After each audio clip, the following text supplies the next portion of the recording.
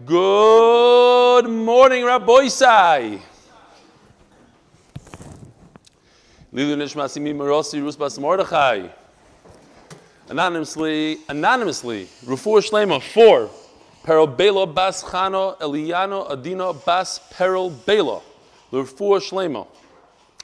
So the other day, somebody sent in $5,000 to start a new plaque for Yerachmiel Gordon and Rita Epstein.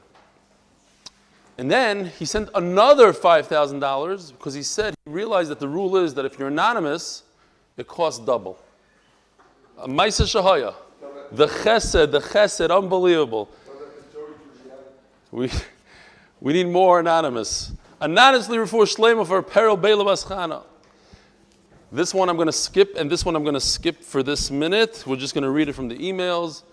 Sponsored by the MDY family, leilui nishmat Yerachmiel ben Yisroel Gordon, Yehoshua ben Baruch Nosson, and Yosef ben Shlomo Zalman, whose brother gave unbelievable hesped last night, which I was zeicha to hear. And he wrote in a beautiful email. I'm going to wait until he gets up from Shiva to read it. Sponsored by Eli Rosenfeld and family, Lahoidos Ulahalel Hakadosh Boruch Hu, for saving the life of my nephew, 6-year-old Shmuli Friedlander, son of Arik and Lana Friedlander of Ramat Bet Shemesh. He fell down a 22-foot shaft, pictured attached. 22, I guess this is like some elevator. No, it's you know where it is? What is it? next to my house. What is this? It's next to my house. A window for the basement. Yeah. There's a shaft for the window for the basement, and a 6-year-old kid fell in there. Wow, 22 feet. There's no grates there. Wow. So he's running away from his friend, and all of a sudden he finds himself. And Baruch Hashem escaped with only minor scratches and bruises. Unreal. Lahoidos lahalal. This is a very long one. I don't like to read a lot of shvachim and stuff for the niftarim, but this one I was going to read anyway. I didn't realize it's a dedication. I was reading. I said, "Oh, this is very nice. I'll read it one day. I'll read it today." My name is Meir Bolel, and I'm South African, but live in Manchester. I'm skipping around here because it's very long. I'm an avid YouTube listener, and I have not yet missed a day since brachas began. That's beautiful. So over a year, he hasn't missed a day. I, like so many others, are so indebted to you for making this wishful dream of doing Daf Yomi a reality. Prior to your shir, my daily learning was basically non-existent. Since yeshiva days 20 years ago, 20 years, Rabbi Isai, real quickly, the super lockdown started last night, midnight. So we're down to 3 people in the Beis Medrash, and 2, who's up there? 3 people on the second floor in the booth. So a total of 4 down here. We want to be within the rules and regulation of the Israeli authorities. I also want to say that I spoke to doctors last night. And the Olam should be careful. The Olam is very relaxed. Nobody's dying, Baruch Hashem, the younger kids. And they're telling me, it's not like you think. The hospitals, both hospitals in Yerushalayim, are closed off for new patients, 120% capacity. And a lot of the doctors are in lockdown, so they don't have a full staff. They have a half a staff. And these doctors, they were going to visit 40-year-olds and 50-year-olds with major problems. And they're not even putting them in the hospital because there's no room. Take it seriously. You don't want to be that person that works your whole life, and you get up there and they say, "Oh, Ritzeach, come over here," because you caused a certain person to die or whatever. You don't want to be that person. Stop being relaxed. It's not a joke anymore. And we have to take it seriously. Says the email. Yes. I had a student that I had to send to the hospital this week. How old? I sent her to any hospital in Yerushalayim. They would not accept her because she was full. They were full. Yeah. I sent her to Tel Shomer. She had 5 hours. She had to wait until she got back home, back to school. Because there were no ambulances available. So Noam Fix, who's the principal owner of Tomer Dvora, so these are 18-year-old girls basically. He says that one of the girls in the school was so sick that they had to send her to the hospital, but there's no room in Yerushalayim. They had to send her to Tel Aviv, and she had to wait for 5 hours to get accepted into the hospital. So this is a young girl. The kids it's not a joke. We can't be relaxed. Okay, there's vaccines and this and that, and people just, I know a family member, I don't want to mention it again, but I couldn't walk into his house without a doctor meeting me and my family outside of his house because I couldn't come into his house until they did a check. And now he's making a wedding for 500 people. People just all of a sudden lose it. So we got to be careful. I am not going to go to the wedding, Beis Hashem, until I have a vaccine or I have corona. However, being part of MDY has brought a whole new energy to me and my family who have all supported me in joining the Daf Yomi ride. The newsletter has enhanced our Shabbos table too, as I really enjoy sharing all the interesting Divrei Torah and articles with my family. Rabbi said this is this week's newsletter. I'm just showing you a little bit of what's going on here. It starts off with Divrei Chizuk from Yedidi Kramer, Daf Inspiration from Kalman from the Five Towns, Parsha Thoughts from Moshe Hirsch, a taste of Chasidus from Yisroel Goldstein, Daf Insights by Rabbi Yaacov Schoenberg. I really wish I could have read this before this year. It's an amazing piece. Every week he's writing these long pieces. I got a new printer just from him, new case of paper. But today we're going to talk about Chala, what's the shear, how many kibetzim, and he goes through the whole thing. If you're interested in this stuff, Kav, Ha'efa, look at this with pictures. He's learning, Rabbi I learned from him. Questions and answers from Rav Gav, the famous Rav Gav. What else do we have here? Mazel Tov, all the faces with pictures. A what? Yeah. Yes, Tefillah from Yaakov Silverstein. What? I'm getting there. We got a lot of announcements. And then you have Ari Blum, he takes Yedida's recorded thing. He writes these things better than I can say it in Shir. Unbelievable. Eli Classics. Dvar Torah by Akiva Solway. Kids Corner by Mordechai Sapaznik with his own special cartoons. Kitzer. It goes on and on. Meet the family. This week you get to meet Mendy Auerbach. I speak about him during Shir. Who is this guy? What does he do? Here it is. I didn't read any of this yet because I just got it. And look at this. If you want the special recipe of kutach, it's here. A Story for All by Zev Roth. Kitzer. Sign up. Get this. You'll get to know our family better. Ohr HaMercaz MDY@gmail.com. OHRHAMERCAZMDY@gmail.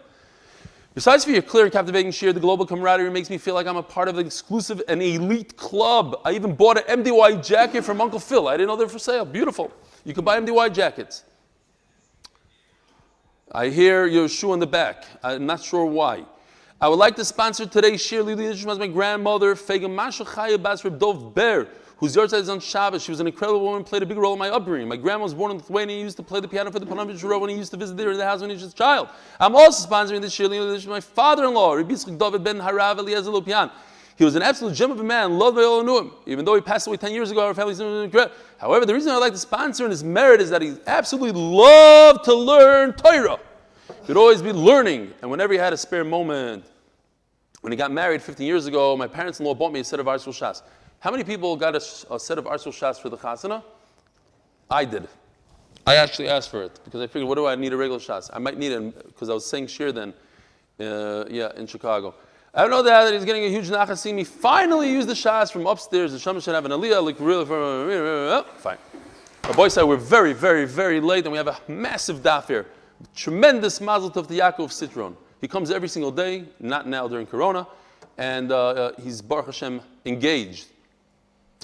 And I want to say, I have to say this. Talking about Chesed. So yesterday, a guy by the name of David Holder, right? David Holder, got into his car, drove from Chashmonaim to Yerushalayim to be Menachem Avol, inspired by all that was going on in New York. And then, it doesn't get any better than this. He comes to my house, and I wasn't around, unfortunately. And he delivered this. I don't know if you guys know. This is probably the nicest bottle, I should say, you could get in Eretz Yisrael. This is a 2012 The Cave, but not just. This is the Old Vines version. I don't even know if you could get it here in Shemesh. So I told my wife, I said, look at this guy. Mamash about Chesed. So she tells me, Chesed, but you could afford it. Why is that Chesed? So I had to sit and explain to her that Chesed, I mean, if Mark Zuckerberg, who's Jewish, is stuck on the side of the road and you fix his tire, you're not Mekayim Chesed because he could afford it. Chesed, if somebody needs encouragement, I'm not soliciting wine now. I'm done. This is good. This cave is good for another month. In a month, we'll shmooze. People need encouragement, no matter what it is. You call somebody up, you come to visit, you drive from here to there, you bring a little something, a show of appreciation, chesed, even to those who could afford. Unreal. Yeshua, David. Let's go. We're holding Daf Memches Mayach.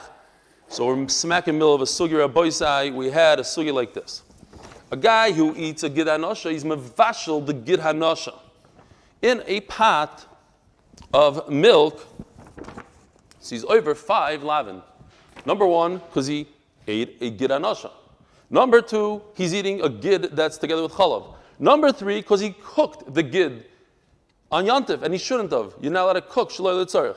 Second of all, he cooked basar b'chalav. That's in addition to eating basar b'chalav, cooking basar b'chalav. You're over. What's number 5? So now we're holding number 5. We try to say that perhaps it's muktzah. He is using wood, that's muktzah. So we're holding, I know it's down somewhere. Va'oid, somewhere va'oid. Here we go, by the wide line. First wide line, 2, 4, 6, 8, 9 down. How could it be muktzah va'oid? Ha'atu da'amris. Chiluk melachas l'shabbos ve'ein chiluk melachas l'yantiv. If a person commits 2 averas on yantiv, 2 lavim, you only get 1 malchus. On Shabbos, if you do 2 shaygigs, you bring 2 chatais in one asra. But on yantiv, you only get 1. So memela, what happened there? He's using. We're not talking about muktzah touching, like the muktzah that we know about. Muktzah is using something that wasn't designated for yantif. Wood. When are you over? Not when you lift it up. When you light the fire. You kindle the fire, that's when you're over. But when you kindle the fire, you're just over on mevashel. That happened together at the same second. You're only over on yantif on one when it happens in the same second for that isser of the fire. You're over on gid hanosha at the same second because it's a different. It's not connected to yantif.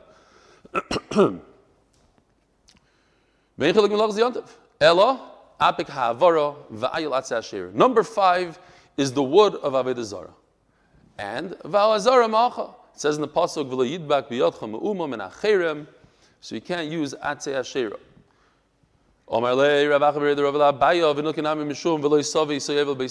If you're talking about the wood of Avodah Zarah, you have 6, not 5. You have another one. Anytime you use from Avodah Zarah, you're over on this as well. We must be talking about, finally, the wood of Hegdish. And the pasuk says, fine. That's the end of the sugya. So if I eat a gid hanosha that I cooked in milk, I would be over on 5. The 5th one is atzei hegdish. Omar Rami bar Chama. Hod Rav Chisda v'Rabba. We had a machloikis the other day. If somebody cooks on Yontif for a weekday, is he chayiv or not? Now, there's actually 2 machloikis. We're going to go through both machloikis, but first we're going to focus on the first part of the machloikis. The problem is on the isser of baking on Yontif. Okay, that machloikis. There's another problem that it happens to be Pesach. Okay, okay, I'm jumping ahead. Forget that. So this machloikis of Yontif, are you baking on Yontif? Baking on Yontif for the weekday. Rabbi says, Hoyel. Hoyel. Could have guests coming, so I could bake. Last minute guests could come. And Rav Chisda says, no, there's no Hoyel. No guest. It's a far-fetched thing. Says the Gemara, Hod Rav Chisda Rabba, perhaps, machloikis the Rebbe Eliezer Rebbe Yisroel. We had in our Mishnah was 2 machloikisim. If a person has tamei bread, which we have in our days, we're all tamei, the bread is tamei, the dough is tamei. How are you mafresh challah from that dough? Problem in the Mishnah. If you leave it on the side, it's going to become chametz. If you give it to the kohen, you can't give it to the kohen, it has nothing to do with it, it's tamei. If you put it in you burn it, you can't burn it, it's kachim. Challah is truma, it's kachim, you can't burn it. Rebbe Eliezer says, you bake the matzah, you bake it all, then be mafresh challah. But now we have a major problem. How do you bake challah, matzah before you take challah. What's the problem? 99.9% of the people don't go and break off a tiny piece of their matzah and give it to the kohen. That would be very bad. You wouldn't have any shlemas. Nobody does that. What do? They take a whole matzah and they give it to the kohen. How did you bake that whole matzah? It was also for you to bake it on Yom Tov. So, over here we have to invoke hoil. Hoil, and you could have broken off a piece of matzah. So every single one that you put into the oven was okay, because you could have broken off a small piece. The fact that later on you went and you took one whole one, that's a different story. But this is hoil. So maybe I could use the concept of hoil from Rabbi and Rav Chizda and bring it over here. Sounds like a good idea, because we have a major problem. According to Rabbi Eliezer, they throw all the bread into the oven, all the matzah into the oven, and only afterwards you take challah. How did he do so? Maybe the answer is hoil. They realize this of Amrin and hoil. Rabbi Yisroel says, no, you can't say hoil. Amra Papa, and this the Gemara loves to do, is to differentiate between things, to show the difference in svara, in common sense, how they don't match. Over there in the case of challah, damrinon, it says the word hoil here, but Rashi kind of takes it out. He doesn't say take it out, but he explains it completely different. The word here, hoil, is not the concept of hoil, but just because. In other words, since every piece of bread was ra'ui for him, when he put it into the oven, it was good for him. Not because at the end of the day he could have. Right now, as he puts it in, that's not hoil. Right now, I'm allowed to put this matzah in? Yes, because I'll break off one piece from it. Good. The next matzah, could I put this matzah? Yes. So each matzah, as he put it in, it was fine. That's not hoil. In other words, we're not using hoil. You're telling me it's a concept of hoil. I'm telling you, no, it's not hoil. The Gemara just wants to confuse us and throws in the word hoil. But we're not using hoil. It's just common sense. As you're putting the bread in, you're allowed to do it. Each bread, you're allowed to do it. But to cook from Yom Tov to the weekday, he already fressed. He had all the sudos. He has no reason to eat now. So what? He's cooking now for a potential guest that he never invited. It never happened in the last 20 years that somebody just showed up on Yom Tov, knocked on his door, Shalom Aleichem, I need a meal. Never happened to him. So all of a sudden today, he's allowed to cook? So Rabbi Yeshua says no. Over here, we won't say hoil. You have another reason not to compare the two cases. Over there, by why does Rabbi Yeshua argue and say there's no hoil? Think about it. At the end of the day, when he gives one whole challah to the kohen, it wasn't him and it wasn't for a guest. So he has no reason to. So Memela, there's something that has zero reason to make it on Yom Tov. But over here, where it could be for guests, and guests, says Rashi, are very common. So Mela, you do say hoyel. Says the Gemara. Very interesting. Amru Rabbanon kamei de Reb Yirmiyah v'Reb Zera. They said this pshat in Rebbe Eliezer. Why does Rebbe Eliezer allow you to bake bread on Yom Tov and only afterwards be mafresh challah? When you baked it, you baked the challah matzah that you ended up giving off was shalei l'tzairech. And they said the pshat is because of hoyel. Rabbi Yirmiyah kibla, Reb Zera le kibla. Reb Zera says no, I don't like the pshat. Says the Gemara, Omer Rabbi Yirmiyah Reb Zera milsa the kashilim v'asik hamashanim. Listen to this is amazing. We were discussing this Mishnah for years, he says. We always wanted to understand Rabbi Eliezer. And finally I have a beautiful pshat. Something we didn't think about. Somebody comes along, Rabbi Chama comes along and says, the pshat is hoyel. So why don't you accept it? It's like it's interesting. Because if If Reb Zera didn't accept it because he had a good reason not to accept it, so he had a good reason. And he's trying to convince him with emotions. Like, we had such a good kasha all these years, no. So accept it. What's the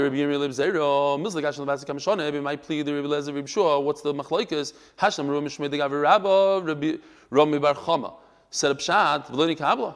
Why shouldn't we accept it? Amalei. So Reb Zera says, hey kabla, I can't accept it. The Tanina, we learned in the Braisa, Amalei Reb Yeshua is arguing with Reb Eliezer, L'dvarecha harei over mishum lo yisasik hamalacha. So, I mean, he said the most obvious thing in the world. According to you, you're over on a pasuk that every kid in Cheder knows. You're not allowed to do malach on Shabbos, which also includes Yantif. So you're not allowed to bake on Yantif. I mean, he knew that, right? And he didn't answer him anything. So from the fact that he didn't answer, but what should have he said? He should have said, Hayil. What do you mean? This is very different. Hayil. I'm allowed to bake. Hayil. So he tells him, that's not a good raya. The fact that he was quiet is not a raya. Usually, shtiki koidah, I asked you a bomb question, and you didn't answer me. The raya that you agreed to my question. No. V'isa, you should have said hayil. Amalei. So he answers him back. The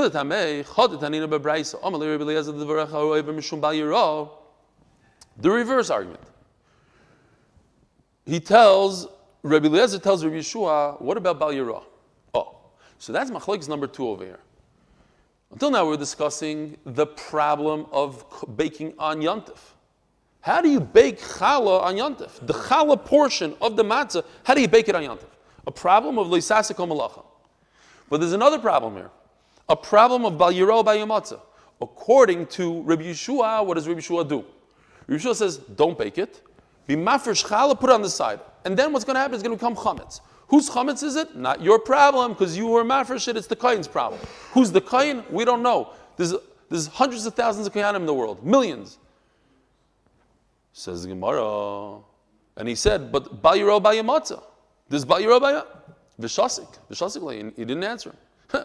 So on the one hand, Rabbi Eliezer was quiet, didn't say anything. On the other hand, Rabbi Yeshua was quiet, didn't say anything. So okay, so there's 2 people that are quiet. Doesn't mean that they agree to each other. They're just quiet, and he explains it. But in our Mishnah, on Daf Mem Vav Amud Beis, he explains it beautifully. You're asking me about Bal Yirah Bal Yamatzah? He says, it's not mine. What's his lashon?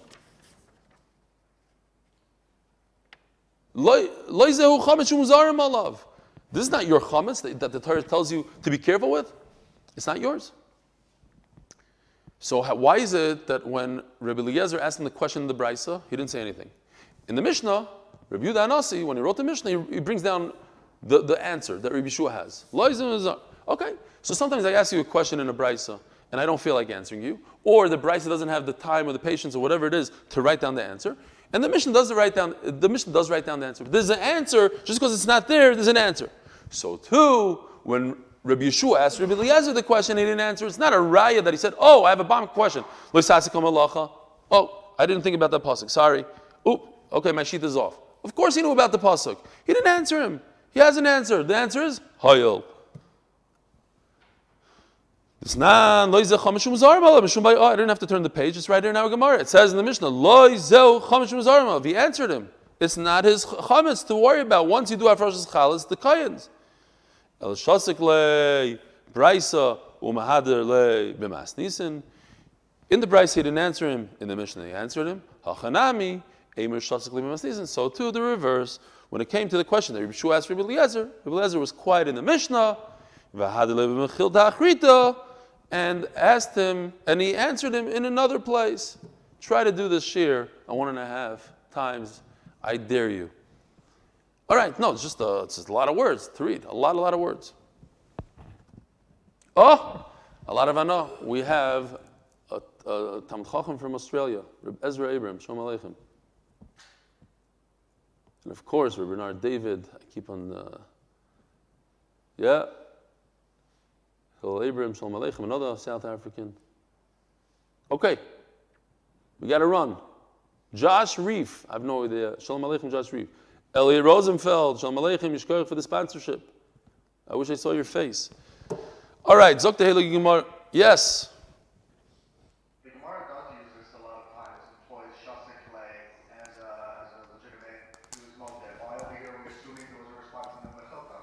It's good. One had a response in the Mishnah somewhere else. Because in this kasha itself, you see that he asked him a question in Yushasik, right? That you see. But there's an answer, a mefurish answer in our Mishnah. In Shisha says Mishnah, the answer is brought down. So he's saying, Mineu Bey, you see that this idea doesn't work. Yes, you're right. In Shas, Shasik means Shtiki Koida. It always means that. But when you see that it didn't mean it, in our case itself, forget about somewhere else. In between Rabbi Eliezer and Rabbi Yeshua was quiet, he didn't answer him, but there's an answer here. So let's assume the same thing happened to Rabbi Eliezer. Not every place in Shas, in this case. Tanya, Rabbi Yomi halacha ki Rabbi Eliezer, Rabbi Yitzchak Omer, Omar halacha ki Ben Beseira. Ben Beseira is the third shita that we didn't talk about a lot. He basically holds like Rabbi Eliezer. But Rabbi Eliezer, the halacha is like Rabbi Eliezer that what? You go ahead and you bake your challah. You bake your challah and then you mafresh afterwards. Ben Beseira says no. Take the piece of dough and put it into cold water. Make sure it doesn't become chametz. Zog the Gemara. V'kama shiur isa. How much dough can you need on Pesach and not worry about it becoming chametz? Now, while you're kneading the dough, you can knead the dough all day long and it doesn't become chametz. As long as you're moving it, it doesn't become chametz. But there's a certain point that one human being cannot knead it. If the bowl is the size of this room, it's going to become chametz on that part, just because I'm kneading it over here. So how much is it that I could knead and be safe from chametz? When we're referring to wheat, it's 2 kav. Ubesa'orin, shloishes kabin. So I'm going to learn like the art scroll, although my chavrusa doesn't like the art scroll, pshat, and he goes with the Mesifta, I think it is. But I looked around a little bit. I think I whatever. In a situation like that, I go with the art scroll, although they don't bring a source. So basically, Rashi explains in the future, in one line down, we'll do the one line. Reb Nosson Omer Mishum Reb Eliezer Chiluf Hadvarim. It's wheat that's 3 and barley is 2, says Rashi, because wheat becomes chametz slower. So the art scroll wants to learn that when it comes to the first pshat, it's barley that becomes chametz slower. But the obvious question is, what is a machlokes and metzias? So therefore, there are others that learn that it's the volume of wheat in how much volume there is. The first pshat was it goes by volume. The second pshat it goes by what becomes chametz. I'm going to go with in the beginning, because even Rashi, it's mashma chiluf hadvarim shasorim kroim lahachmitz. That is the chiluf. They flipped what the metzias is, whether it's soirim. But anyway, there are two shiurim. It's either 3 kav or 2 kav.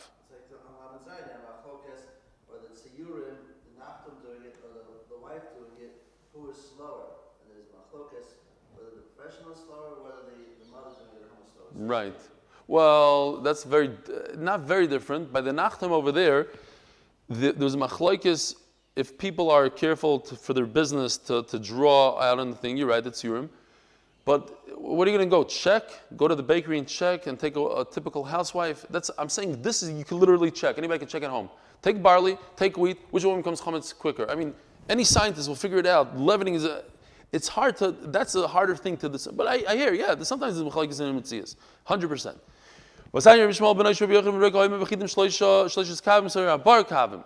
But what do? All of a sudden, in wheat, the shiurim just jumped up. Instead of 2 kav of wheat, it went to 3, and instead of 3 kav of barley, it went to 4. Now think about it for a second. 2 to 3 is 33% more. 3 to 4 is 25% more. But it jumped up, the shiur jumped up. Lo ikashya. Ha b'chasichasa, ha b'maliyasa. If you're talking about good grain, maliyasa, so it becomes chametz a lot quicker. It's good quality. It also has good leavening properties. But chasichasa, if it's poor grain, it's not such good stuff, then it leavens slower. Memela, if it leavens slower, my shear is larger. I could control a larger batch without it becoming chametz. Amar Papa, Shmamina, Gerion Chiti, Chasichasa, Mechita Maliyasa. The bad grain is 33% slower than the good grain. Tfei midagirion sa'ari chasichasa, more than the difference between good barley and bad barley. Sa'ari chasichasa and sa'ari maliyasa. Rashi just sticks in. What does this thing get to? Okay, this one is 33%, this is 25%. What do I care? Mekachu memkar. Whatever that means. If I go to the store and I say, give me bad barley versus good barley, so now I know it's 33% versus if barley is 25% more. Or if I made a bet with somebody, whatever, mekachu memkar. Stop. It's a yediyah ba'alma. Tilahasam, tilta, it's a third, v'achariva, it's a quarter. Omar Rav. So comes Rav and says, what is the shear? Now, Rabbi, I really encourage you, seriously.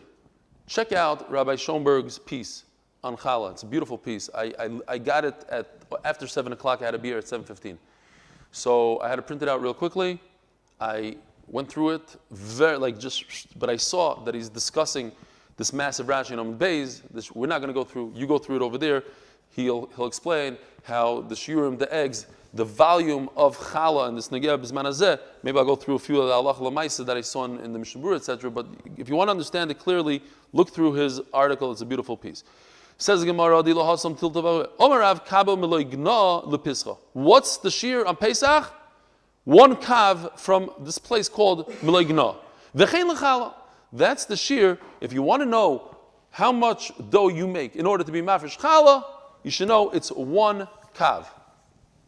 We just turned to Daf Yomi Beis, sponsored by Gedalia Fenster, L'Refuah Shlomo of Yerachmiel Daniel ben Tova Bash's son. You should have Refuah Shlomo b'Karev. You should have an easy stay, the 7-week stay in a hospital. Unreal. Says the Gemara, which is the Gemara Votanya. Chameshis revoim kemach. It's 5 quarters of kemach. In other words, 1 1/4 kav, which equals, if a kav is 24 eggs, 2 kav is 48, so 1 1/4 is 30 eggs worth. Rashi takes out this next word, va'oid. It's a little bit more. Rashi takes it out. It's not a little bit more. Chameshis revoim kemach chayavim b'chala. So how does that match up to a kav miligna hachika omar kaba miligna nami ahishurakai? When we're talking about a kav miligna, it's exactly 1 1/5. Now, I don't want to, whatever. It started out 7, 6, 5, tzipari, ayin sham. The bottom line is, the eggs never change, but there's a question today, bismanenu, what is the shear of an egg? Some say the eggs are half of what they used to be. And that's where a lot of the machlokisim come. Let's continue the sugya of challah, and then I'll discuss a little bit of halacha l'maisa, a little bit that I know. Omar Rav Yosef. So Rav Yosef, the famous Rav Yosef, who became sick later on in his life, he forgot his learning, and his Talmud is Abaya. Omar Rav Yosef, Hani Noshedidan. Our women, Nog, Lemeifa, the minig is to bake kefiza lepischa. Only a kefiza. Kefiza is 3/4. It's 3 lug, 3/4 of a kav. Less than the shear of a kav and a quarter. Much less. Amalei Abaya. My diet the chumrah. This is the yisod in life. You got to be careful when you do chumras. If the chumrah has another side to it, like this, so they're trying to be makbid on Pesach. Let's be tzidkoniyos. Let's make less than the shear of challah, so that we don't come to any issues of chametz. Chumrah dasidei kulu. But this is going to be a very bad thing. The kamafkalei mechala. At the end of the day, the kohen is not going to get anything. This is an isser. You're trying to trick the halacha by me making a small batch, and then another small batch, and then another small batch. I am potter from challah, usser. I try to be a big tzaddik, and I ended up being a shtickle Russia. Amalei, not true. Says Rebbe says not true. The Avdin Kiri Eliezer. There's a trick back. If you put it into a basket like they did in Satmar Bakery, Hasal Mitzar from Lechala, then there's a new chiyuv. Yes, when I made the small batch, there's no chiyuv challah. And I made the small batch, no chiyuv. When I put them together afterwards, after it's baked, before it's baked, whatever it is, it's mitzarfet to the chiyuv of challah. Hatzal mitzar from the challah. And that's the halacha. So that's what they do. They're makbid on less than a shear, And then afterwards, don't worry about it. They will give challah. How? What creates a chiyuv challah? By putting all that dough together in one basket. You know, when you go to the bakery here in Yisroel, not so much in America, but when you grab your own challah, a lot of them are touching each other, and you have to rip them off. When they touch each other, then they can combine together. But nice rolls that are not touching each other, they're not mitzdaref. Says the Gemara, not true. You could be mitzdaref, even when they don't touch each other. Fine. Real quickly, halacha l'maisa. If you make a dough that's 1.2 kilo, which is 2.6 pounds, you take challah, you mafresh challah without a bracha. If it's 86 eggs, which is 2.25 kilo, which is close to 5 pounds, right around 5 pounds for us Americans, in England also, right? Then you're chayiv to be mafresh challah with a bracha. I don't know what Rabbi Schoenberg says. I hope he's masking to this. Kachar. Now, big halacha. We are talking about a woman going like this, kneading in her hands. She has to be careful not to make chametz. What about a big giant machine? Do we say loy plug? Yes. No, we don't say loy plug. A big giant machine came out every single matzah bakery, even the Badatzei the Charedis. You could put as much dough and flour. It could be a massive amount, and that's what they do. You think in the matzah bakeries that they bake these machine matzahs, they do 1.2 kilos at a time? No. So the shear, when you go to a real matzah bakery, they do 1.2 kilo or whatever it is, the less than the bracha, and they give it out. And then when they start rolling it, and they do another 1.2. I think that the shear is 1.2. They keep on going 1.2. But if it's a machine matzah, then they do a lot more. L'chatchila, you should take challah when it's in its dough state, not when it's a matzah. Just when we don't have when we have a big problem. So then you do it after it's baked. To be mitzaref today, to be mitzaref dough, to make it a shear, either it's touching, or you could even put like a tablecloth over it. But you cannot put two kalim touching each other. The dough has to either touch. If it's a large amount, you have the regular shear, but you have a smaller amount, then it could be mitzaref without touching. You put the kalim next to each other, fine. Rashi points out, the halacha is like Rebbe Eliezer. But everybody's tamei nowadays. So what do? He says you make one giant challah, one small challah, and Rebbe Eliezer says, first you bake, then you give the challah. So you take the small one, and you mafresh that, you put it in a basket afterwards, it becomes one, the big and the small, and then you mafresh from that. All right, great. Says the Gemara, Boi Rebbe Yirmiyah, Tavlo she'in lo levizbezin. If you have a tray that doesn't have walls, it's flat, are these challahs on the tray, are they mitzdaref as one? They're not touching each other, are they mitzdaref as one? The Gemara remains in the teikel. What's the shayla? Toich klibinon. I need it to be inside a vessel, and this is on top, it's a flat surface. Or perhaps it's within the vessel, it's within the tray, and it's considered one. Va'ika teiku. Tanya. Rebbe Eliezer says the basket combines the doughs, the challahs. Rebbe Shua Taner mitzarfon. He says even a basket, according to Rashi, it's even a oven, not only a basket, even an oven. The Vilna Gaon proves that that's not true. Rabban Shimon Gamliel Omer ki karoi shel bavel shenoishche zum mitzdarfos. They have to be touching each other in order to be mitzdarf. Today's Mishnah, sponsored by official catering, the official Mishnah, I should say. The official Mishnah. Leilui Nishmas. Sheni Yafa Bas Eliezer Yisachar Dovid, mother of an MD wire, Mei Simcha Aryeh HaKoyen.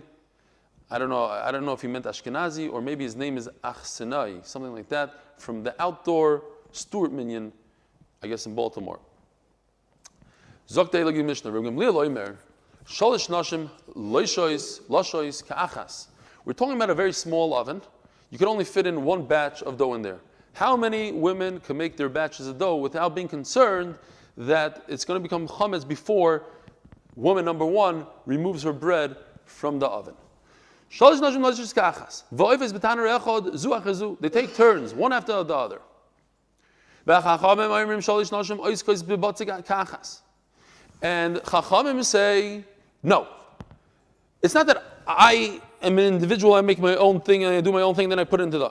And if we're all involved in all three batches, then it's okay. What are the three steps? We have like this. We have, first, step number one is to knead the dough. Step number two is to make a shape out of it. And step number three is to put it in the oven. Whoa, sorry, heavy stuff. I'll explain. These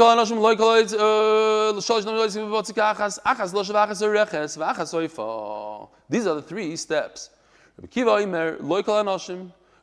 How could you make a general rule? There are some women that are very good at this and they're very quick. So, some wood burns really, really hot. And some ovens are hotter, like we had in the Gemara, in the Beis Hamikdash was metal versus earthenware, zeklal. So what do? Tofach, once it starts rising, take some water, spritz it, and then you do it in cold. Tana Rabban. Rabbi Isai, read this carefully with me, pretend you're a magachir. How would you make a chart for this? Tana Rabban. Lasha.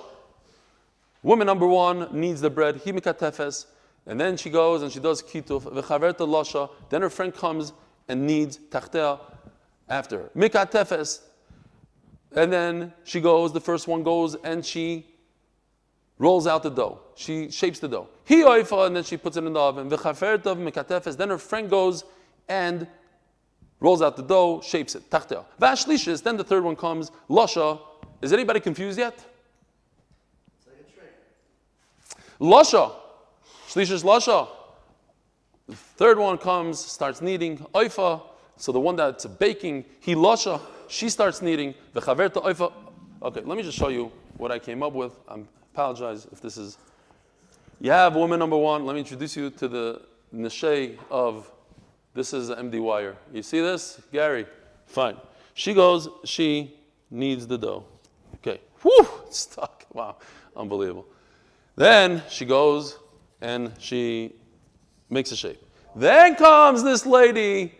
Oh, this is Nosson ben Meizachin lady, and she does that. Then she goes here. She goes here. She throws it in the oven, and then this lady comes and she starts kneading. She's not a. Whoa, she's not on the same page. Very good. Okay. Now, when this lady is done, this lady comes over here and throws it in the oven. Then this lady comes and does this. And then this lady comes back around and she starts kneading again. Mazel tov. I'm not going to read it again in the Gemara. V'chayzreis chalila. Maybe I missed the word here. And the third one starts braiding it. And it goes back in a circle. As long as they're dealing with the dough, that's the halacha that when you're dealing with the dough, it doesn't become chametz. Rabbi Kiva Omer, not all women are created equal. I asked the question to Rabbi Gamliel. What are we dealing with? Are we dealing with women who are fast, they're slow? Is the wood dry? Is it moist? What are we doing? How can you make a general rule? You can only go with what Chachamim tell us. When you see that it's starting to become chametz, just sprinkle some cold water. Let's start this Mishnah real quickly, because we learned this Mishnah word for word. We're very familiar with this. Official Mishnah, Refuah Shlema, of Aaron Leib ben Sarah, and Yishai ben Ayelet is a great nephew of official catering. Says the Mishnah, Tanra Banon, Ezu Siur, what is considered Siur? Siur, as we learned, is chametz. What? Oh, sorry. Says the Mishnah. Siur, I thought I was reading the Mishnah. Siur is chametz nuksha, meaning it's incomplete chametz. It's on the way to becoming chametz. It's not a completely chametz. Siur yisaref, you must burn it according to the Tanakama. Va'ichle pater, and if you eat it, you're pater because it's not chametz. Siduk, but once it starts cracking, yisaref. Remember, we learned like the grasshopper, yisaref va'oichle chayav kares. That's already chametz gomer and kares. Ezu siyur, what's considered not complete chametz? Kikarnik chagavim, like the antennas of a grasshopper. Siduk, and what's siduk? Shinis arbuz dokim zebezeh. Like I said back then, I couldn't find a picture that has dokim that are not connected, so just ignore it. These dokim are connected, these pretend are not connected. Divrei Rebbe Yehuda. V'chachamim oimrim, and Meir says, as the Gemara is going to explain, Meir, zebezeh hoichle chayav kares. It doesn't matter if it's cracked like a locust, like a grasshopper, oi nisarvus dokim, they both get kares. This and this both get kares. Bezu siyur. So what is siyur? What's chametz nuksha, not a kares? This right over here, according to Meir, what is this? White dough. Kol shechsifu panav ka'adam sha'amdu sa'aroisav, like a person who turned white, pale, he got so scared that his hair stood on end. Ton Rabbana on Ezu Siyur called Shechsifu Panav Kadam Shandu Sa'aroisav. This is Siyur, Sidu Kagarni Chagavim. This is cracking like a grasshopper, Divrei Meir. V'chacham Maimrim, who's Chachamim now? Rebbe Yehuda. Ezu Siyur, Kagarni Chagavim. He goes one step down. This he holds is Matzah Gomor. We said he shouldn't use it on Pesach. But white is matzah, according to him. So what is a seer? What is chametz nuksha? What is it immediate, in between almost chametz?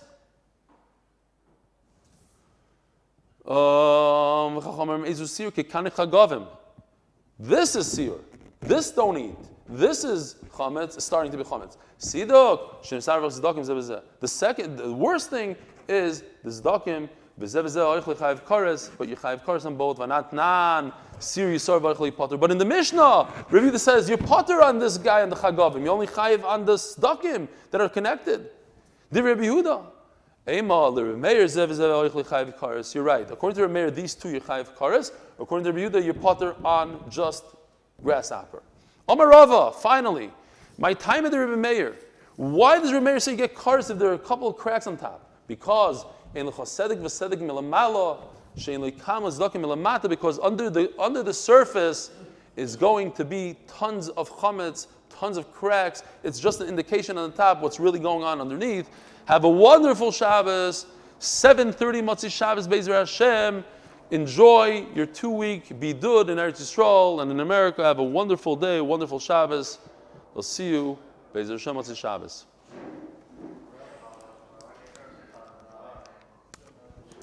Mazel, remember to Sicha Adonai. Adonai, Shema Kadin, Zechariah, Zechariah, Adonai. Ima Boinoi, Zishmoi Adonai, Miyamo. Kimcha Slicha, Imante Orei. Kisa Nafshil, V'rei Cholti.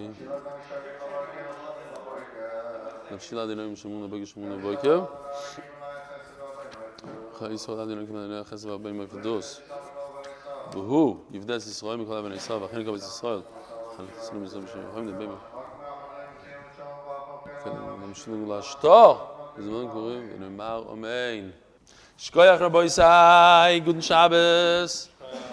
Thanks for sticking to the I apologize to the Olam. Those who are not here.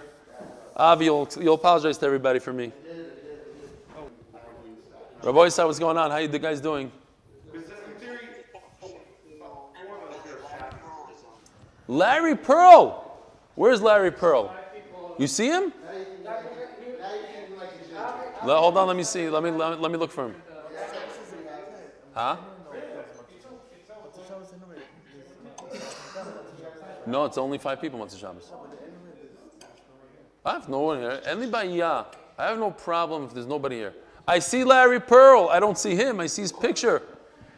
Larry, you give us a lot of chizuk, Larry. Shkoyach for being here.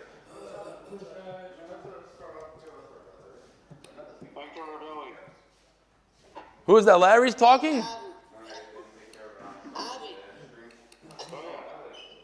I think, yes. How you doing? Baruch Hashem, what's happening to you? Great to see you here. Yeah. How's your family doing? You're in Lakewood now, right? Yeah, I'm doing good. Who's that, Ellie? Is that Ellie Trapper? To my best regard. Yes. We were good friends from Flatbush, yeah. Yes.